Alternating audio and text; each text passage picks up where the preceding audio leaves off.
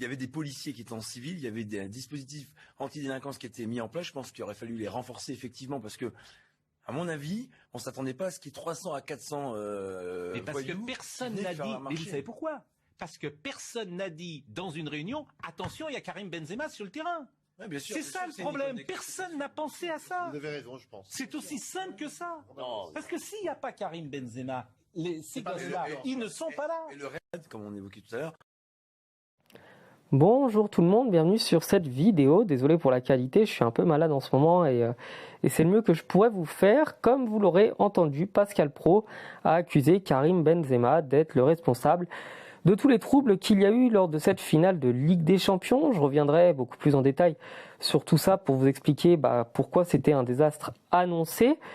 Et je tenais à revenir dessus parce que Karim Benzema, c'est pas quelqu'un que j'apprécie particulièrement. Il a fait beaucoup de choses que je n'encourage pas et que je ne félicite pas en dehors des terrains. C'est quelqu'un qui n'a pas une très bonne image auprès du public français.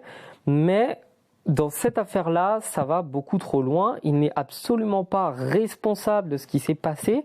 Il faut peut-être arrêter de trouver un bouc émissaire et de se cacher derrière des joueurs, parce que là, se cacher derrière les joueurs, c'est n'importe quoi, pour justifier l'injustifiable. Karim Benzema a ses défauts. Karim Benzema n'est pas l'homme le plus parfait de la Terre, mais je crois qu'il faut vraiment arrêter d'aller beaucoup trop loin. Dans cette affaire, il y a surtout beaucoup de victimes de Liverpool. Il y a aussi beaucoup de victimes madrilènes qui ont subi des choses qu'ils n'auraient jamais dû connaître. Et il faut vraiment plutôt remettre en question le discours de Gérald Darmanin et du préfet allemand qui ont préféré se comporter avec des fans de football comme on se comporte avec des Black Blocs. Et il n'y a aucune remise en question en fait. Et c'est surtout ça le problème. Donc je pense que Pascal Praud devrait faire des excuses publiques auprès de Benzema parce que son nom n'a pas à être mélangé à ça. En plus, l'extrême droite qui est venue nous expliquer qu'il avait fait le signe 5 pour rappeler les 5 piliers de l'islam, alors que c'est simplement le fait qu'il a remporté 5 Ligues des Champions. Mais ça, évidemment, quand on est d'extrême droite, on peut avoir du mal à le comprendre. Enfin, tous les gens d'extrême droite ne sont pas abrutis à ce point-là, mais ceux-là sont quand même particulièrement atteints. Donc je tenais à revenir dessus et simplement à dire qu'il faut vraiment que Pascal Praud s'excuse publiquement, que Karim Benzema demande des explications parce que son honneur n'a pas à être atteint.